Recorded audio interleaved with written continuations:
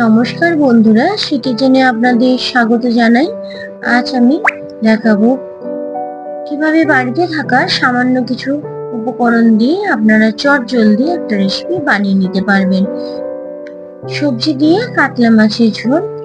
চলুন রেসিপিটা শুরু করি। এখানে আমি নিয়ে নিয়েছি 4টে বড় সাইজের কাতলা মাছের পিস। এই কাতলা মাছের পিসগুলো দিয়ে আমি রান্নাটা করে নেব। এখানে নিয়ে নিয়েছি আদা, পেঁয়াজ আর শুকনো লঙ্কার একটা পেস্ট, আর নিয়েছি একটা বড় সাইজের টমেটো। নিয়ে নিয়েছি কিছু সবজি, আলু, পেঁপে আর ওটা কয়েক পটল একসাথে কেটে নিয়েছি। এভাবে চটজলদি রান্নার জন্য একসাথে সবজি কেটে নিয়েছি। বানিয়ে নিয়েছি একটা মিহি পেস্ট। ধনে, জিরে আর সামান্য কিছু পোস্ত দিয়ে আমি একটা মিহি পেস্ট বানিয়ে নিয়েছি। চলুন তাহলে এবার রেসিপিটা শুরু করি। একটা কড়াই বসিয়ে কড়াইটা গরম হয়ে গেলে এতে পরিমাণ মতো সর্ষের তেল দিয়ে দিয়েছি। এবার সর্ষের তেলটা যখন খুব ভালোভাবে গরম হয়ে আসবে এর মধ্যে দিয়ে দেব কাতলা মাছের পিসগুলো।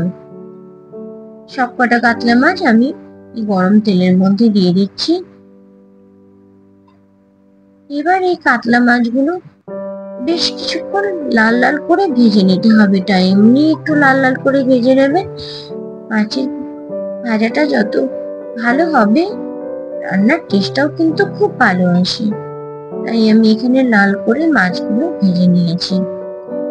ভাজা কমপ্লিট, মাছগুলো আমি প্লেটে তুলে নেব। এবার ওই যে তেলটায় আমি মাছ ভেজেছি ওই তেলের মধ্যে আমি দিয়ে দেব সমস্ত সবজি। সমস্ত সবজি আমি একসাথেই তেলের মধ্যে দেব, কারণ ওই যে আমি শুরুতেই বলেছি চটজলদি একটা রেসিপি বানাবো, তাই সমস্ত সবজি আমি একসাথেই গরম তেলের মধ্যে দিয়ে দেব। এবার আমি এর মধ্যে দিয়ে দেব পরিমাণ মতো লবণ। খুব বেশি লবণ দেব না, কারণ যেহেতু আমি মশলা কষানোর সময় লবণ দেব, তাই আমি মোটামুটি সবজি কষানোর মতো করে একটু লবণ দিয়েছি। দিয়ে দেব সামান্য পরিমাণে একটু হলুদের গুঁড়ো, এতে সবজিটা দেখতে ভালো লাগে। এবার একটু নেড়ে চেড়ে ভালো করে কষিয়ে নেব। দেখুন আলু আর পেঁপেটা কিন্তু খুব তাড়াতাড়ি ভাজা কমপ্লিট হয়, তার কারণ পটলটা কিন্তু একটুখানি ভাজা একটু সময় নেয়। তাই আলু আর পেঁপেটা যখন ভাজা ভাজা হয়ে এসেছে আমি এটা তুলে নিয়েছি। পটলগুলো কিন্তু তেলের মধ্যে রেখেছি, আর পটলগুলো আরো কিছুক্ষণ টাইম নিয়ে একটু লাল করে ভেজে নেব।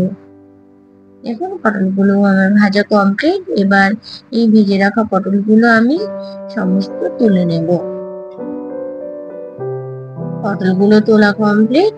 এবার এই কড়াইয়ের মধ্যে আমি আরো কিছুটা পরিমাণ সর্ষের তেল দিয়ে দেব।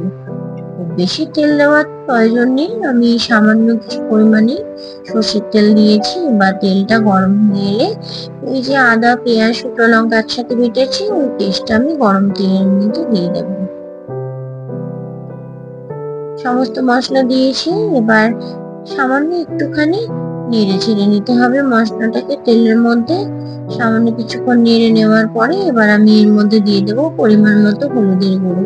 হলুদের গুঁড়োটা আপনারা এইভাবে তেলের ওপরেই দিয়ে দেবেন, তাহলে কালারটা খুব ভালো আসে। দিয়ে দিলাম পরিমাণ মতো লবণ।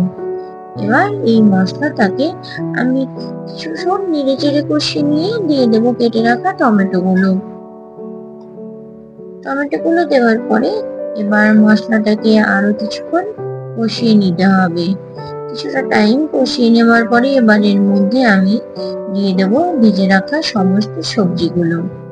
সমস্ত সবজিগুলো আমি মশলার মধ্যে দিয়ে দিয়েছি। এবার আমি মশলা আর সবজিটা একটু ভালো করে কষিয়ে নেব। ভালো করে কষিয়ে নেওয়ার পরে এবার এর মধ্যে আমি যে মিহি করে একটা পেস্ট করে রেখেছি ধনে, জিরে, পোস্ত, ওই পেস্টটা আমি এই মশলার মধ্যে দিয়ে দেব। দেওয়ার পরে এবার আমি আর খুব বেশি কষাবো না, যেহেতু ধনে জিরে মধ্যে একটা খুব সুন্দর স্মেল থাকে। যদি আমি বেশি কষিয়ে নিই তাহলে স্মেলটা কিন্তু থাকে না, তাই খুব সামান্য একটুখানি কষিয়ে নেব। দেখুন খুব সামান্য পরিমাণে নেড়ে চেড়ে কষিয়ে নেওয়ার পরে এবার এর মধ্যে আমি দিয়ে দেব পরিমাণ মতো জল। পরিমাণ মতো জল আমি সবজির মধ্যে অ্যাড করে দিয়েছি, কারণ মোটামুটি 80% মতো সবজিটা সেদ্ধই হয়েছে, তাই খুব বেশি জল দেওয়ার প্রয়োজন নেই। সামান্য একটু জল দিয়ে এবার আমি এর মধ্যে ঢাকনা দিয়ে দেব। ঢাকা দিয়ে দিলে সবজিটা খুব ভালো সেদ্ধ হবে। এবার দেখুন সবজিটা আমার প্রায় সেদ্ধ কমপ্লিট। দিয়ে দেব ভিজে রাখা মাছের পিসগুলো। মাছের পিসগুলো দেওয়ার পরে এবার আমি একটু সামান্য সবজির সাথে মাছের পিসগুলোকে নেড়ে নিচ্ছি। নেড়ে একটু ঝোলের মধ্যে দিয়ে দিলাম, যাতে মাছটা খুব ভালোভাবে সবজির মধ্যে মেশে। এবার খুব বেশি সেদ্ধ করার প্রয়োজন নেই, মাছ খুব বেশি সেদ্ধ করতে নেই। সামান্য ঝোলটা ফুটে উঠলে একেবারে কমপ্লিট হয়ে যাবে কাতলা মাছের সবজি দিয়ে কাতলা মাছের ঝোল। দেখুন কত চটজলদি রান্নাটা কমপ্লিট হয়ে গেল। এইভাবে আপনারাও চাইলে বাড়িতে খুব চটজলদি এরকম একটা রেসিপি বানিয়ে নিতে পারেন। আমার রেসিপি যদি ভালো লাগে লাইক কমেন্ট শেয়ার করে দেবেন। ধন্যবাদ।